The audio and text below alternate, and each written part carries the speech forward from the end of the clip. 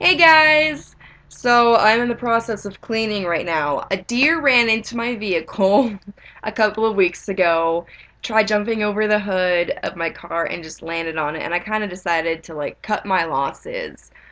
So I sold my Dodge Neon off to my boyfriend's dad and bought a Toyota 2005 Toyota Corolla, which don't be thinking I roll in the dough, okay? Because it was like 500 bucks.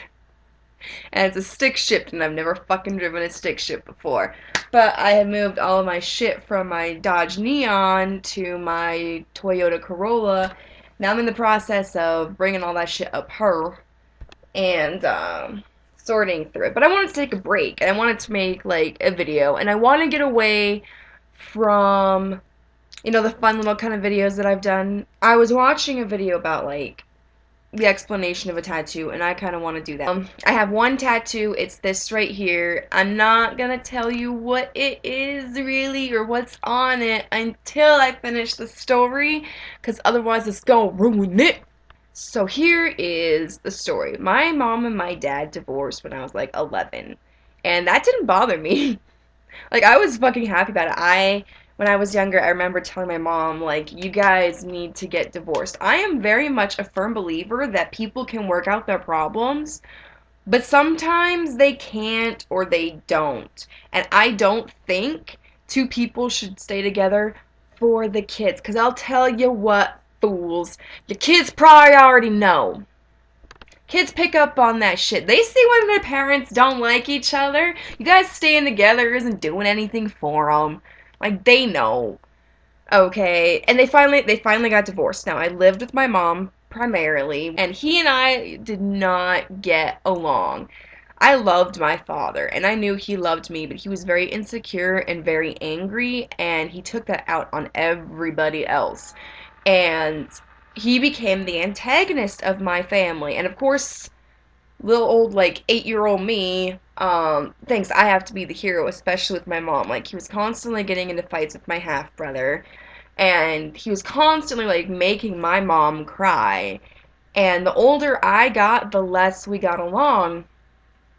But I thought, maybe with him and my mom being divorced, everything would be cool.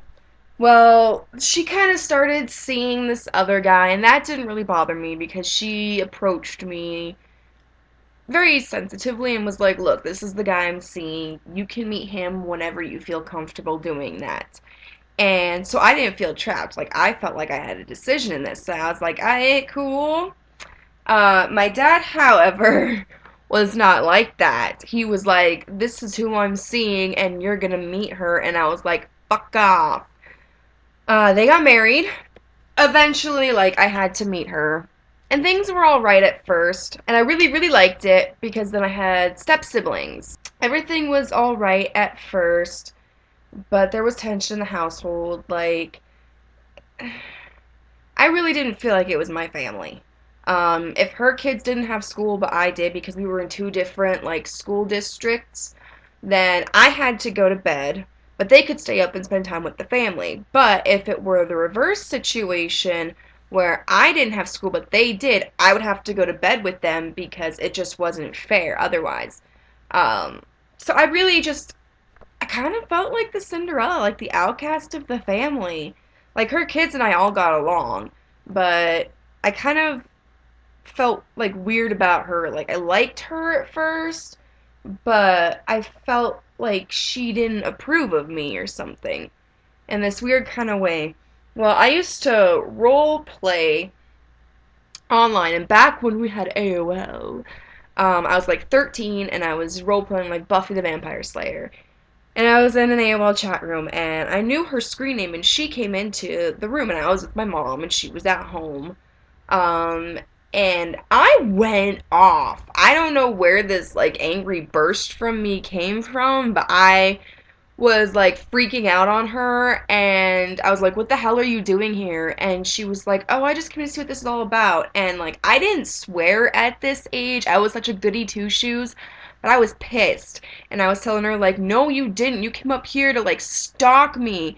And we we kept getting into a fight, and I asked her, like, how does it feel to be a fat whore? And she's like, I don't know, how does it feel to be a slut? And we just got into this huge tangent. My mom actually used to have a transcript of this conversation. We get off, and then my dad called me, and I was freaking out on him, and I just felt like so cast to the side, so unloved and devalued, because he told me that I had to apologize to her. Like, everything was in my wrongdoing. And I knew that I shouldn't have called her like a fat whore, and I shouldn't have gotten as mad at her as I did. um, but had I been him, I would have seriously questioned, like, why my wife was saying equally as horrible things to my 13-year-old daughter. Like, that would not set well with me. That would disturb me. It'd be like, yes, okay, my daughter should be held accountable for the things that she said, but you're like a 40-year-old woman. You should know better than to behave like this. Um, and that he didn't do that. He completely sided with her, and that absolutely terminated our relationship. Like, I didn't talk to him for 3 years, and there was a point in time where I started to feel really, really guilty, and I was like, okay, maybe I should start talking to my dad again. Maybe I should, like, apologize and then ask him to forgive me and then forgive him because I really missed him. And I kept, like, putting that idea aside. I think I was just really, really scared too. And by this time, like, he and she had, like, divorced. He moved out. She took, like, everything from him. Um, he lost his big police job. And I think at that point in time he was still in the military, or else he just, like, retired or something. Hadn't seen him in years. And I was at the mall with my mom, and I think my cousin, and I walk in, and I see my dad come out. And my dad, because of, like, his position as a military man and as a police officer, always had, like, really neatly trimmed hair. He had a mustache that was, like, very, very neat. And this guy was like, just, he was so homely looking. His hair was all shaggy and gray and long, and he looked like he'd aged about 20 years. He's got these raggy clothes on, and he just smiles at me, and he's like, hi, Amber. And I went into, like, infantile mode. It scared the crap out of me because that was not how I had ever seen my dad before. So I ran away next to, like, icing or Claire's or whatever and hid behind a post and started bawling my eyes out. And then one day, um, I'm up in the library of my high school, and it's a it's like a two-story high school. And I'm sitting there with my best friend Christiana, and we're kind of like BSing, and then one of the security guards comes over to me, and he was like, "Are you Amber Peterson?" And I was like, "Yeah." And he was like, "Will you come with me, please?" And so I'm like, "Alright." So we leave the library, we get to the top of the steps, and I was like, "Did I do something wrong?" And he was like, "No." So he took me down the steps, went down the hallway, and then went to the administration's office, and then, like, went into the counselor's office. And he dropped me off there. And I stood in the doorway, and she was, like, telling me that I could have a seat, and then I was like, oh my god, Mrs. Schrader sent me here, didn't she? Because I had been a little sneak. Okay, I had not done my homework, and she was getting on my case about it. And so what I told her, which was true, was that there was, like, a lot of tension in the household, and there were always problems. But the thing was, I was totally hyping it up so I could get out of homework. Like, it was all true, but I was using it as an excuse when it really wasn't an excuse. And then she told me that I needed to go see a counselor, and I was like, no. And she was like, if you don't go see one, I will send you to one. So here's what, like, I thought was happening, that she'd snitched on me and she turned me in. And then the counselor was like, no, that's not what happened. So I sat down, and she wasn't really telling me anything, and the next thing I know, here comes Christiana and my mom, and they're both, like, blubbing their eyes out, and I was like, what the hell is going on? And they just keep saying, I'm so sorry, Amber, I'm so sorry, I'm so sorry, I'm so sorry, and I'm like, what are you guys talking about? What the fuck happened? And I'm like, I'm 16. It's 2006. You know, like, I'm not understanding anything. And like my first thought goes to my brother. What the fuck happened to my brother? Is he okay? Did something happen to him? And my mom composes herself long enough to say, no, no, it's not your brother.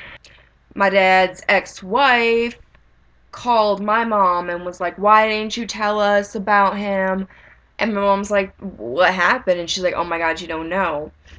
My dad had always struggled with depression, and he tried a couple of times at least, but never succeeded. But unfortunately, a day or two prior to this incident, my dad took his gun and shot himself in the head and didn't survive it. And the fucked up thing is, 13-year-old me breaks every contact with my father that I have, and I'm sitting there and I'm like, he's so pathetic, he's probably gonna kill himself over this. And I have a copy of his suicide note. I don't think most of my family knows about that, but my mom got it for me because I asked her to. Because he did leave a note. Not everybody does. But yeah, I found that out. There's a lot of fucked up stuff that happened afterward. Like, I started like freaking out. It did not register with me at first. And then like they were telling me something like there were people I could tell, so I was like citing off a list of my friends, and then they were like, "Oh well, we can't bring them down here. We have to talk to their parents about this." But they kept that list of like people, and then they called everybody that I said to tell, and then they got my fucking name wrong. So that was extremely disrespectful. Then a friend and my mom and I, I think a couple friends and my mom and I went to stay at a hotel, and my brother was in town, and then we got into a fight, and then I cut a little bit, and then had to go to Regional West and almost didn't get to go to my dad's funeral. But when I was 21, I made the decision that I wanted this tattoo. Some people get tattooed just because they look cool, and there's nothing wrong with that, but like what I think looks cool changes constantly. So something has to mean a lot to me in order for me to get it tattooed on my body. And this right here is supposed to mimic his deputy sheriff badge that I came into possession of. It's been altered a little bit. The gentleman who did my tattoo, he had like some old Western sheriff badge designs, and he did this little floral design right here. And what it says is Todd Pearson, 1950 to 2006. That's the story of it. So when a lot of people ask me, like, if he died during duty, and I feel a little bad when I have to sit there and tell them honestly, like, no, he didn't. He shot himself. He killed himself. He committed suicide. It wasn't an honorable death. The reason why I chose the star was because even though my father and I disagreed on so much and did not have a good relationship, like, I was always proud of him for being a police officer. To be someone who tries to uphold certain morals and protect people. That meant a lot to me. So, yeah, if you guys have any tattoos, let me know about it. Tell me what they mean, if they may mean anything. Maybe they just look fucking rad and that's all we care about. It's your body, guys. You do what you want to as long as, like, you're not hurting someone else. So,